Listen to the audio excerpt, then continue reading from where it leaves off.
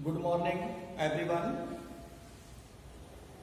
कल के वीडियो में आप लोगों ने क्लास 12th में पोएट्री सेक्शन के अंतर्गत lesson 1 character of A happy life, जिसे सर हेनरी बटन ने रचा है, उसको पढ़ा, उसके सेंटर आइडिया को लिखा और एक्सप्लेनेशन के बारे में भी हमने कल आपको बताया था। और आज के वीडियो में आप लोग पोएट्री में poem number 2 the true beauty, इसको पढ़ेंगे, जिसको थॉमस कैरू ने लिखा है, यानी जिसके पोएट थॉमस कैरू हैं। पोएम का नाम द ट्रू ब्यूटी है और ट्रू ब्यूटी की हिंदी होती है सच्ची सुंदरता। थॉमस कैरू ने इसको लिखा है और ये एक इंग्लैंड के प्रसिद्ध कवि थे और इस कविता के माध्यम से इन्होंने बताया है कि व्यक्ति को सच्ची सुंदरता धारण करनी चाहिए, क्योंकि जो शारीरिक सुंदरता होती है वो समय के साथ साथ समाप्त हो जाती है। इसलिए जो व्यक्ति शारीरिक सुंदरताओं से प्रेम करता है उसका प्रेम भी सुंदरता के साथ साथ समाप्त हो जाता है। लेकिन जो व्यक्ति मन की सुंदरता, चरित्र की सुंदरता, गुणों की सुंदरता से प्रेम करता है उसका प्रेम कभी भी समाप्त नहीं होता। इसलिए हमें हमेशा चरित्र की सुंदरता पर ध्यान देना चाहिए। तो सभी लोग दूसरी पोयम द ट्रू ब्यूटी निकालेंगे। देखिए पहला स्टैंजा, ही दैट लव्स ए रोजी चीक, वह व्यक्ति, दैट माने जो, लव्स प्रेम करता है, ए रोजी चीक एक गुलाबी, चीक माने होता है गाल से, वह व्यक्ति जो गुलाबी गालों से प्रेम करता है, और एक कोरल लिप या मूंगे के समान ओठों की एडमायर्स प्रशंसा करता है, और माने या फ्रॉम स्टार लाइक आइज, तारों के समान आंखों से दूध सीख खोजता है, फ्यूल माने ईंधन, टू मेंटेन प्रज्वलित करने के लिए, हिज फायर्स अपने प्रेम की ज्वाला को, या तारों के समान ईंधन से अपने प्रेम की ज्वाला प्रज्वलित करने के लिए ईंधन तलाशता है। एज ओल्ड टाइम्स, जब ओल्ड टाइम माने बुढ़ापा आता है, मेक्स दीज डिके, तो दीज माने ये सुंदरताएं, डिके माने नष्ट हो जाती हैं। जब व्यक्ति का बुढ़ापा आता है तो उसकी ये सारी सुंदरताएं समाप्त हो जाती हैं।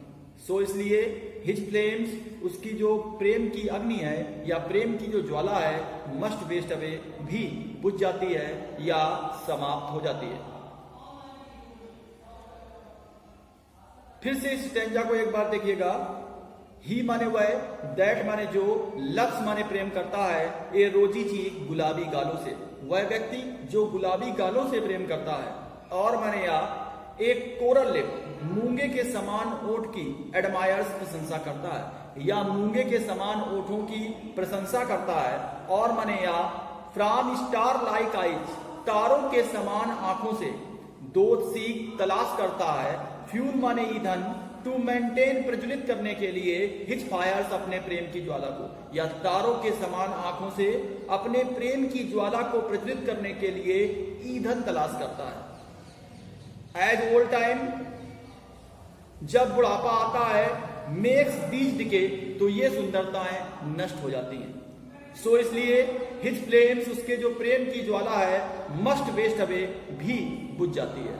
इसलिए उसके प्रेम की ज्वाला भी बुझ जाती है। इस स्टेंजा का सारांश ये है कि जो व्यक्ति शारीरिक सुंदरताओं से प्रेम करता है, चाहे वो गुलाबी गाल हो, चाहे मूंगे के समान ओठ हो या तारों के समान आंखें हों, जो व्यक्ति शारीरिक सुंदरताओं से प्रेम करता है तो उस व्यक्ति का प्रेम उस समय समाप्त हो जाता है जब व्यक्ति को बुढ़ापा आता है और ये सारी सुंदरताएं व्यक्ति की नष्ट हो जाती हैं, तो उसका जो प्रेम है उस व्यक्ति के प्रति वो भी समाप्त हो जाता है।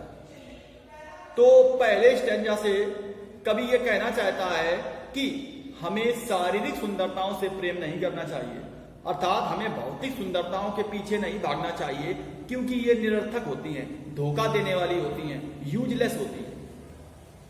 सेकेंड पैराग्राफ जिसमें सच्ची सुंदरता के बारे में बताया गया है, beauty of mind and soul जिसको बोलते हैं, मन और चरित्र की सुंदरता जो होती है उसके बारे में बताया गया है। इसी को सच्ची सुंदरता बोलते हैं। इसको स्पिरिचुअल ब्यूटी अर्थात आध्यात्मिक सुंदरता भी कहा जाता है। देखिए, but a smooth and steadfast mind, smooth माने सरल, स्टेडफास्ट माने दृढ़, माइंड माने मस्तिष्क, किंतु एक सरल और दृढ़ मस्तिष्क, जेंटल थॉट्स, शुद्ध विचार एंड काम डिजायर्स और शांत इच्छाएं, हार्ट माने हृदय, विद इक्वल लव कंबाइंड, जिसमें इक्वल माने समान, लव माने प्रेम, कंबाइंड माने समाहित हो, हृदय जिनमें समान प्रेम समाहित होता है, काइंडल प्रज्वलित करते हैं, नेवर डाइंग कभी ना बुझने वाली, फायर प्रेम की ज्वाला को, वे कभी ना बुझने वाली प्रेम की ज्वाला को प्रज्वलित करते हैं। वेयर माने जहां, दीज माने ये सुंदरताएं, आर नॉट नहीं है, जहां पर ये सुंदरताएं नहीं पाई जाती हैं, आई माने मैं, डिस्पाइस माने घृणा करता हूं,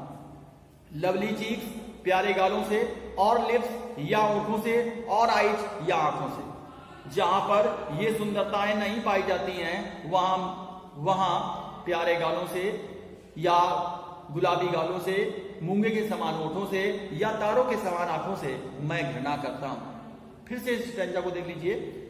बट माने किंतु, ए स्मूथ माने एक सरल, एंड स्टेडफास्ट माने दृढ़, माइंड माने मस्तिष्क, किंतु एक सरल और दृढ़ मस्तिष्क, जेंटल थॉट माने शुद्ध विचार, एंड काम डिजायर्स, काम माने शांत, डिजायर्स माने इच्छाएं, शुद्ध विचार और शांत इच्छाएं, हार्ट्स माने हृदय, विद इक्वल लव जिनमें समान प्रेम, कंबाइंड समाहित होता है, हृदय जिनमें सभी के लिए समान प्रेम समाहित होता है, काइंडल प्रज्वलित करते हैं, नेवर डाइंग कभी ना बुझने वाली, फायर्स प्रेम की ज्वाला को, वे कभी ना बुझने वाली प्रेम की ज्वाला को उत्पन्न करते हैं। वेयर माने जहां, दीज माने ये, आर नॉट नहीं है, जहां पर ये गुण नहीं पाए जाते हैं, आई माने मैं, डिस्पाइस माने घृणा करता हूं, लवली चीक्स प्यारे गालों से या गुलाबी गालों से, और लिप्स या मूंगे के समान ओठों से, और आइज या तारों के समान आंखों से। इस स्टेंजा के माध्यम से कवि कहना चाहता है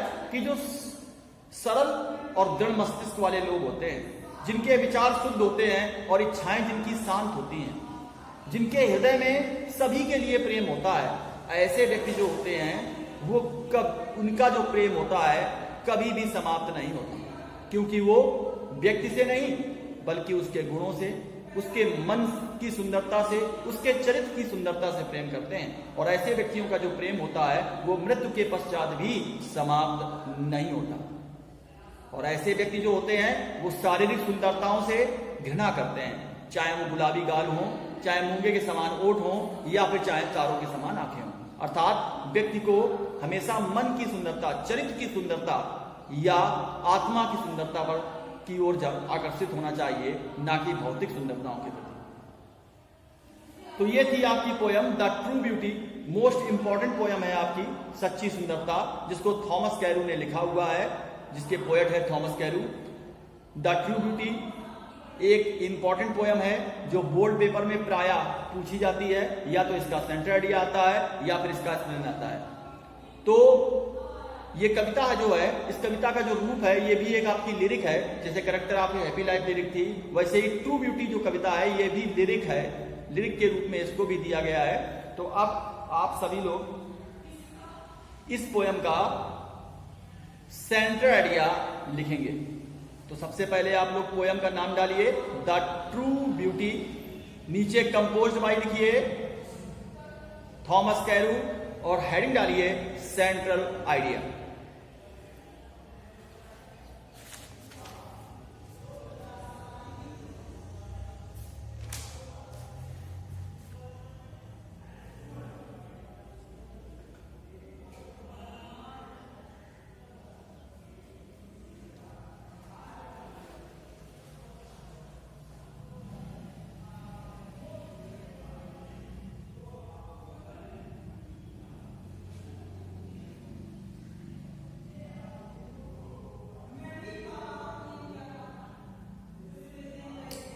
तो लिखिए सबसे पहले the poem points out that, लिखिएगा सेंटर आइडिया इसका, the poem points out that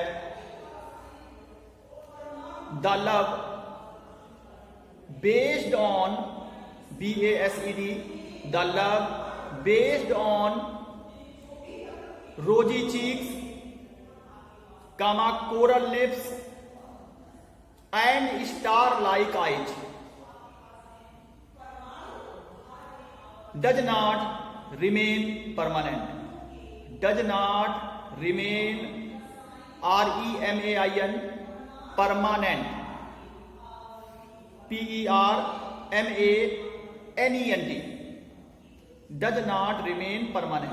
full stop लगाइए, आगे लिखिए physical beauty, physical PHYSICAL, physical beauty decays with the passage of time, physical beauty decays with the passage of time.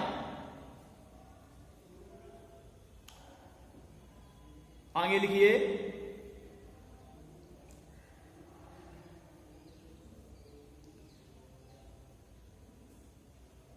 we should not be after physical appearances.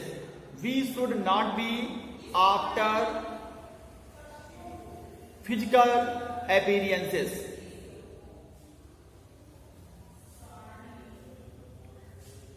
On the other hand,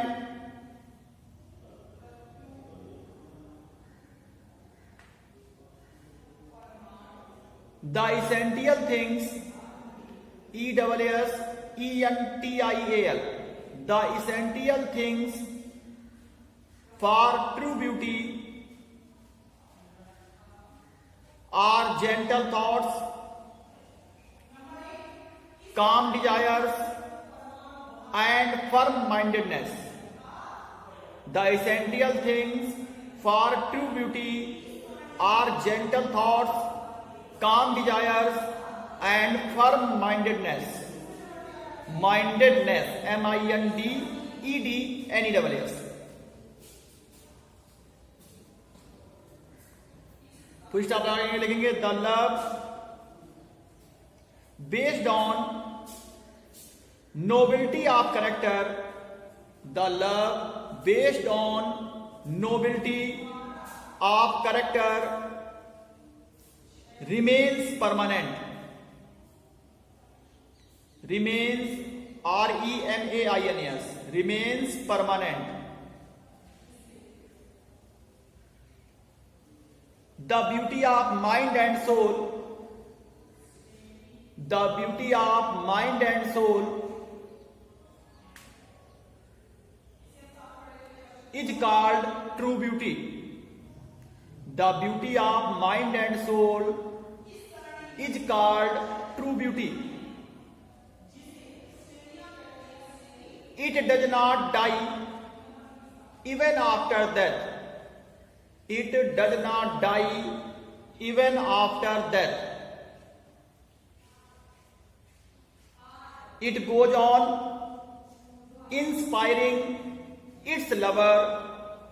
It goes on inspiring its lover with greater eagerness and power.